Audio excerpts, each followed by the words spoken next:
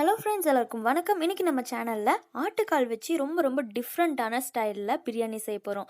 இந்த பாயா பிரியாணி செய்கிறது ரொம்ப ஈஸிங்க. மற்ற சிக்கன் பிரியாணி ஆகட்டும், மட்டன் பிரியாணி ஆகட்டும் எப்படி செய்வோமோ அதை விட குயிக்காகவும் ஈஸியாகவும் இதை செஞ்சிடலாம். ஸோ இன்றைக்கி பார்த்தீங்கன்னா இந்த பிரியாணி கூடவே உங்களுக்கு சில டிப்ஸும் நான் கொடுக்க போகிறேன். ஸோ வீடியோ மிஸ் பண்ணாமல் ஃபுல்லாக எண்ட் வரைக்கும் பாருங்கள். இப்போ முதல்ல பார்த்தீங்கன்னா 4 ஆட்டுக்கால் எடுத்திருக்கேன். இது வெளியே நல்லா க்ளீன் பண்ணி கழுவிட்டு, அதுக்கப்புறமா இது நல்லா மூழ்கிற அளவுக்கு ஒரு குக்கரில் தண்ணியை சேர்த்துட்டு, 1 டேபிள் ஸ்பூன் அளவுக்கு இஞ்சி பூண்டு பேஸ்ட், கொஞ்சமாக மஞ்சள் தூள் அண்ட் தேவையான அளவுக்கு உப்பு சேர்த்து மிக்ஸ் பண்ணிக்கலாம். மஞ்சள் சேர்க்கறனால அந்த கால்லேருந்து வர ஸ்மெல் நமக்கு எல்லாம் இருக்காது. ஸோ இது ஒரு 10லேருந்து 12 விசில் போல் விட்டு எடுத்துக்கோங்க. இது நிறைய விசில் தேவைப்படும். பாருங்கள், இந்த அளவுக்கு அந்த எலும்பை விட்டு கழண்டு வரணும் அந்த காலை அப்போ தான் உங்களுக்கு நல்லா சாஃப்டாக குக் ஆகிருக்குன்னு அர்த்தம். இல்லைன்னா கடிக்கிறதுக்கு கஷ்டமாக இருக்கும் சாப்பிடும்போது. இப்போ ஆயில் பார்த்தீங்கன்னா 3 டேபிள் ஸ்பூன்லேருந்து 4 டேபிள் ஸ்பூன் வரைக்கும் தான் சேர்த்துருக்கேன். இதுக்கு நெய் நான் சேர்க்கலை, ஏன்னா காலிலேருந்தே நமக்கு ஒரு எண்ணெய் பசை மாதிரி கிடைக்கும். அதனால் இப்போ பார்த்தீங்கன்னா மற்ற பிரியாணி ஐட்டம் இலை, கிராம்பு, பட்டை, லவங்கம், ஏலக்காய் எல்லாமே சேர்த்துருக்கேன். இது கூட ஒரு பெரிய வெங்காயம் சாப் பண்ணி வச்சுருக்கேன் நீளமாக, அதையும் சேர்த்துக்கலாம். வெங்காயம் நல்லா வதங்கி வரட்டும். இது கூட நம்ம கருவேப்பிலை சேர்த்துக்க போகிறோம். நம்ம எந்த பிரியாணிக்கும் கருவேப்பிலை சேர்க்கவே மாட்டோம். பட் இந்த பிரியாணிக்கு கருவேப்பிலை சேர்த்திங்கன்னா இதோட ஃப்ளேவர் நல்லாயிருக்கும். வெங்காயம் நல்லா கலர் சேஞ்ச் ஆகி வந்துருச்சு பார்த்தீங்களா. இப்போ 2 தக்காளி இந்த மாதிரி கட் பண்ணி வச்சுருக்கேன் நீளவாக்கில், அதையும் இது கூட சேர்த்துக்கலாம். தக்காளி நல்லா இந்த மாதிரி மசிஞ்சு வரணும்.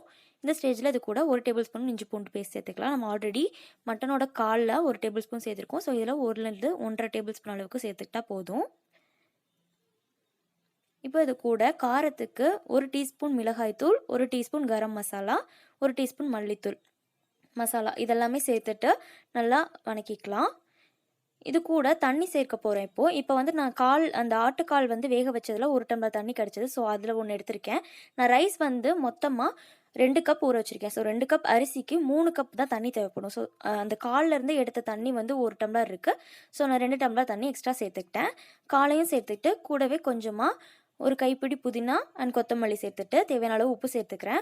இது கூட 2 டேபிள் ஸ்பூன் அளவுக்கு தயிர் சேர்த்துக்கிட்டோன்னா அந்த கால் இந்த ரைஸோட குக் ஆகும்போது இன்னும் கொஞ்சம் சாஃப்டாக குக் ஆகி வரும் நமக்கு பிரியாணியில்.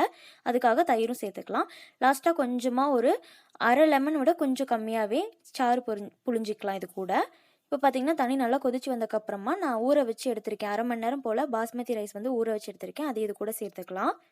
பாஸ்மதி ரைஸ் ஒரு மினிமம் அரை மணி நேரம் ஊறினா போதும். அதுக்கு மேலே ஊறினா உங்களுக்கு சாப்பாடு குழஞ்ச மாதிரி ஆகிடும். இதுக்கு கரெக்டாக 2 விசில் தான் விடணும், அதுக்கு மேலே விடக்கூடாது. ஸோ 2 விசிலுக்கு எடுத்து பார்த்தோன்னா நல்லா ப்ரெஷர் ஆனதுக்கப்புறமா ஓப்பன் பண்ணிக்கோங்க. பாருங்கள், ரைஸ் தனித்தனியாக வந்துருக்குது உங்களுக்கு நல்லாவே தெரியும். அண்டு கண்டிப்பாக சுத்தமாக அடியே பிடிக்காது. இது பார்த்தீங்கன்னா நம்ம காலோட கலர் இந்த கருப்பாக இருக்கிறதுனால ரைஸ் கொஞ்சம் டார்க்காக தான் உங்களுக்கு தெரியும். பாருங்கள், ரைஸ் ஒன்றோட ஒன்று ஒட்டாமல் எப்படி வந்திருக்குதுன்ட்டு. கண்டிப்பாக இதை உங்கள் வீட்டில் இருக்கவங்க எல்லாருக்கும் செஞ்சு கொடுங்க. அண்ட் மறக்காமல் ஷேர் பண்ணிவிடுங்க. தேங்க்ஸ்.